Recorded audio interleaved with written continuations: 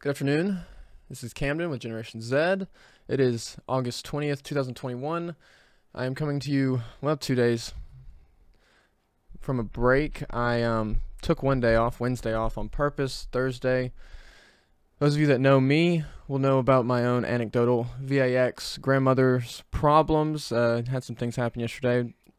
Doesn't matter. We're going to jump right into the news. Toyota has cut global production by 40% due to the chip shortage. Most of you from this channel will know, we've talked about it before, the automakers are having a hard time because the pandemic has boosted appliance demand from phones, TVs, gaming consoles, anything. And these microchips, they're called semiconductors as well. They aren't just used in cars, they're used in a multitude of electronics. And as cars have become more computerized, lots more of electronics and semiconductor chips have been needed in them to do computing. Lots of automakers have been affected. Here's a list of things that have been affected. Anything from an Audi, a Volkswagen, a Chevrolet Camaro, Malibu, Cadillacs, Ford Broncos, F-150s, Mustangs, all of Hyundai, Jaguars, Land Rovers, Range Rovers, Jeep Grand Cherokees, Dodge Durangos, Mercedes C-Classes, Mini Coopers, Mitsubishi, Nissan Altima, Subaru Ascent. Notice actually here, backing up a minute, Nissan Leaf. That's an electronic car. That's an electric vehicle. So one thing you may not have noticed in that list, Tesla. Here's an article from Electrek, how Tesla pivoted to avoid global chip shortage that could last years. Tesla explained how it pivoted to avoid a global microchip shortage that Intel says now could last more than several years. Microchip shortage in turn affected the automotive industry, which increasingly become a big consumer of microchips.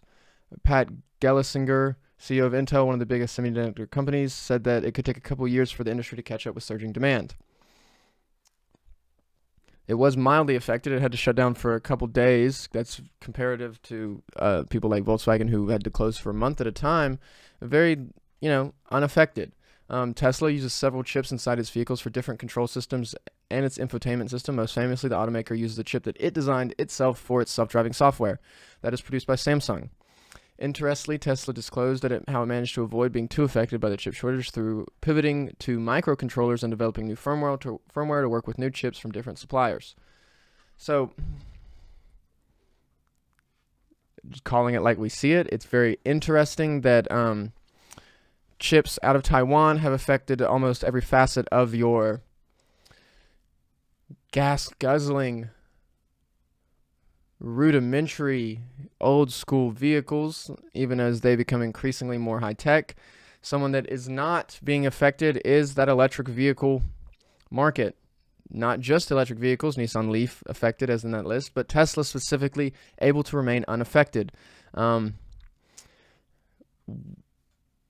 is this? It's a startup. It shows that nimbleness. It's been able to pivot, but point blank, very convenient, very helpful to the by 2025 we want to get rid of all gas cars agenda, right? Just calling it like it is transparently available to be seen. Now moving back to Afghanistan, the Taliban is carrying out a door-to-door manhunt. It is trying to find anyone that worked with the UN and US, intensifying their hunt of people who worked and collaborated with NATO and US forces. US jets securing the evacuation of Kabul. Now, there's a video that lots of you have seen, probably, of a C-17 taking off from the Kabul airport. I will put it up here. I have it on extremely good authority that, and as by good authority, they wish to remain nameless, but I'm talking about boots on the ground, people in Kabul at this airport. This person is as verifiable as it can come. I appreciate Patreon member for it. This video did not take place at the Kabul airport. We also know here of this video of people being evacuated, it is not out of Afghanistan either. You have to ask yourself, why all this misleading? Why this deception? Why this political theater? You know, the Taliban also suppresses more dissident as economic challenges loom. The Taliban have said that it has different and more progressive views on women and on modernization of Sharia law. While adhering to it, it remains to be seen on whether or not that will be the case. They are verifiably walking door to door, rounding people up, taking widowers and remarrying them. As protests, you know, happen, they are using military force to quell them.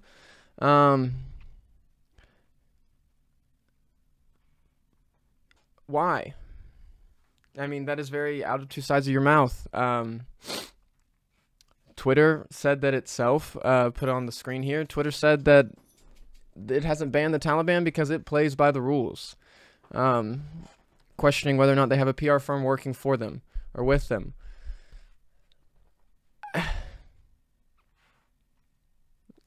If we're suppressing terrorists, I mean, we know the domestic terrorist agenda in the United States.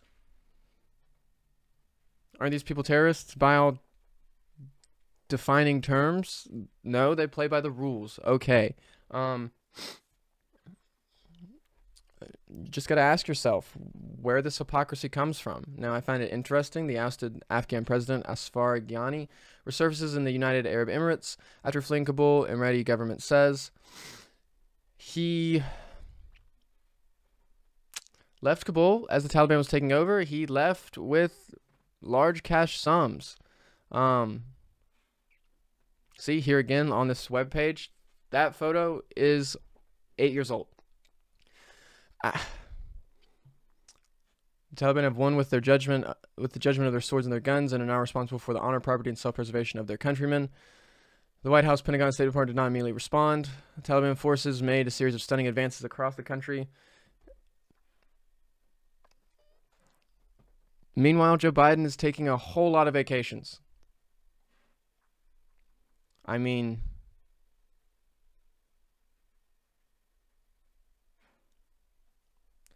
meanwhile, Afghan embassy in Tajikistan demands Interpol arrest exiled president over treasury theft. Right, I just said he left with a large sum of cash. The Afghan ambassador to Tajikistan said in a press statement on Wednesday that he demands the thieves who stole from the Afghan people be arrested, including Ghani. The envoy said that he asked Interpol to pay attention to the case. The ambassador insisted the former Afghan officials, including the ousted president, should be brought to an international court so that they could be tried for the people's wealth and finances can be returned. To his own credit, we'll play devil's advocate on both sides here.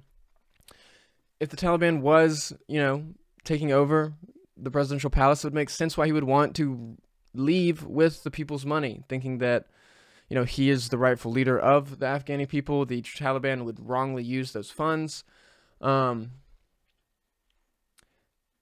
the same side, you would think that those funds belong to the people of Afghanistan, and if you are deciding that the Taliban is going to do this right, as weird as that sounds to say, they should have access to those funds to do better for the Afghani people so that they don't have to resort to illegal means to make money to support.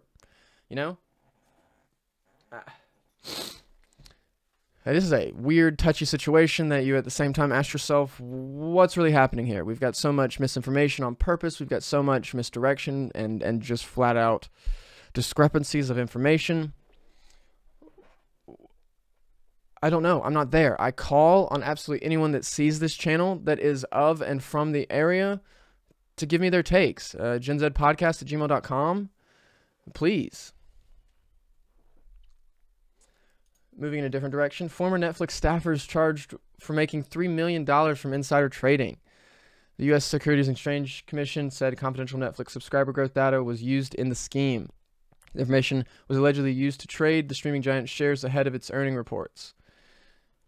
According to the complaint, while working at Netflix in 2016 and 2017, he repeatedly passed non-public information to his brother and a close friend, who both used it to trade ahead of multiple Netflix earnings announcements. We allege that the Netflix employee and his close associates engaged in a long-running multi-million-dollar scheme to profit from valuable misappropriated company information.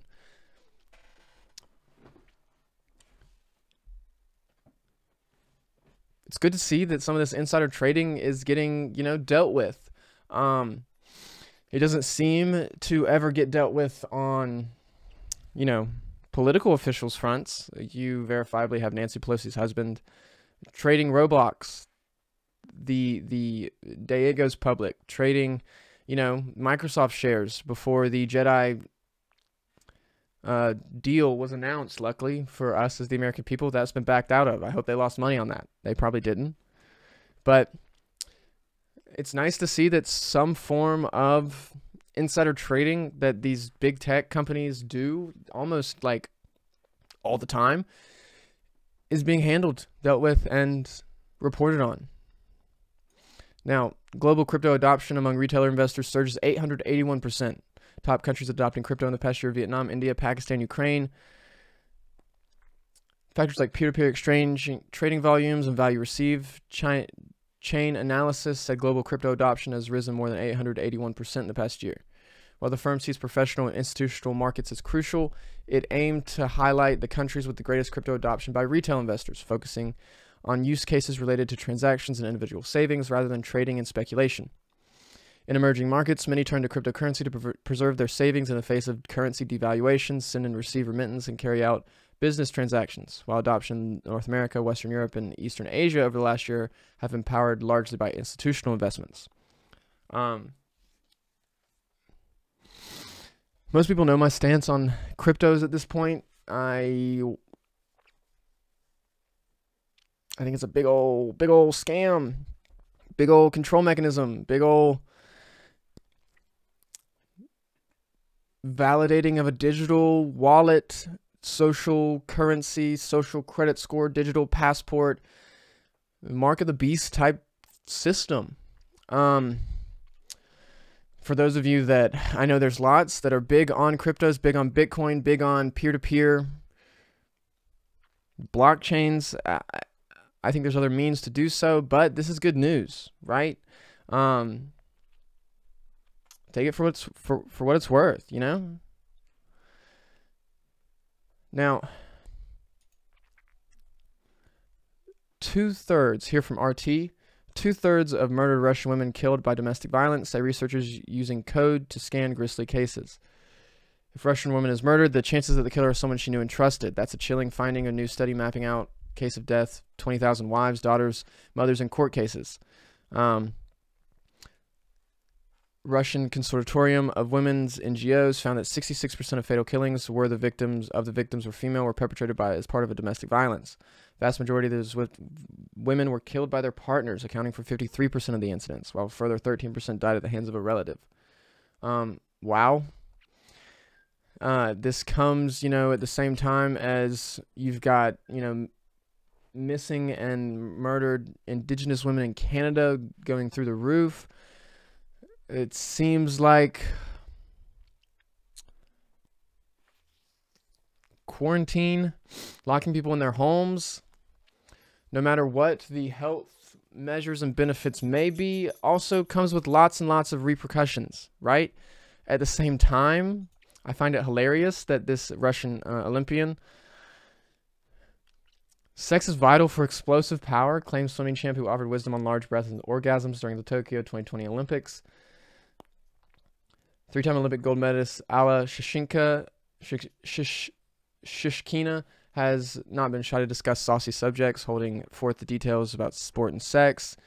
She basically here, further on in the article, stipulates that, like, those sports that need sports anger, testosterone built up, not a great idea to have sex, but sex without orgasm before competition is suitable for those who need muscle strength to achieve best results. Kind of like harboring up that testosterone.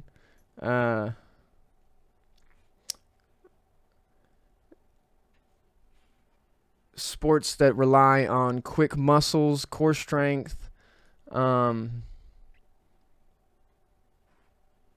explosive power, you don't need to. Okay, I don't know. I think this is fucking hilarious either way. And this all comes at the same time as reports like what I just commented on. Domestic violence through the roof. It's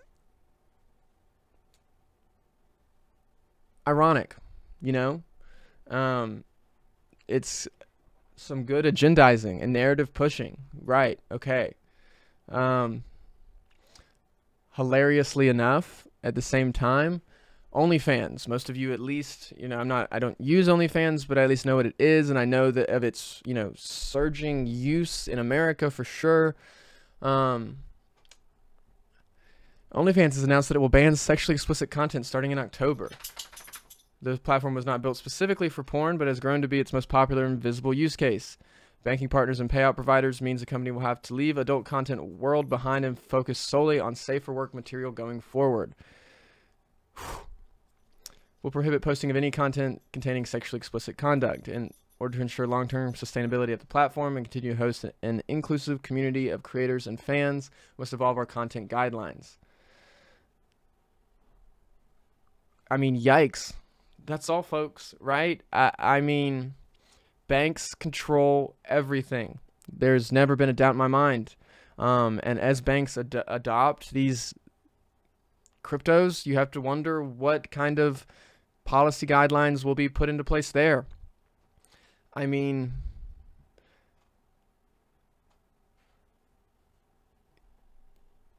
OnlyFans was a giant market on safe practices of sex workers. They were able to monetize the same work that they've always done, but through a wall of internet, you know, distance. And that being thrown out the window makes you wonder, what will they resort to? Who are OnlyFans' competitors? Who is able to do this kind of thing still? Because there's always going to be a market for it. I mean, that's not to say that you can't catch bikini pictures still on OnlyFans, it sounds like. But that content that people had gone to OnlyFans to make and to view after October is not going to be allowed anymore. I mean, just wow. I just am shocked at the power of the banks, again, when this company valued at close to $2 billion has to comply.